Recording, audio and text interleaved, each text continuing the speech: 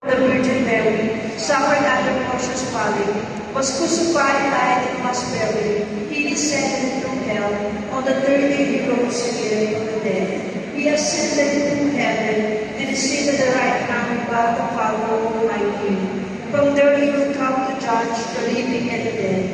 I believe in the Holy Spirit, the Holy Catholic Church, the communion of saints, the forgiveness of sins, the resurrection of the body and life everlasting. Amen. The Jubilee Prayer. Father in heaven, may the faith you have given us in your Son, Jesus Christ, our brother, and the flame of charity, enkindled in our hearts by the Holy Spirit, reawaken in us the blessed hope for the coming of your kingdom.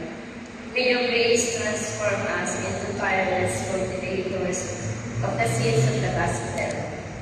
May those seeds transform from root of humanity and the whole cosmos in the sure expectation of a new heaven and a new earth, where with the powers of evil is of our Redeemer throughout the earth. To you, our God, eternally blessed, be glory and praise forever. Panalangin sa ina ng mga walang mata. Abay Maria, ikaw ang mapagmahal na ina, kumakalima sa aming lahat. Ikaw na mabunying ina na kumukupog sa mga walang kasinuman. Kami ay lumalapit sa iyo. Lingkod na pinagpalagyan ng aming Panginoon. Ikaw ang aming ina, pamumunuan mo kami sa laban sa kasamaan. Ikaw ang aming lulog. Kapag namin mo ang aming isip sa panahon na tapos kami sa pangunawa. Ikaw ang aming ilaw. Paglawan mo kami na hindi kami maligaw sa dilim. Ikaw ang aming lunas. Ilumin mo ang sakit ng aming mga kaluluwa o katawan.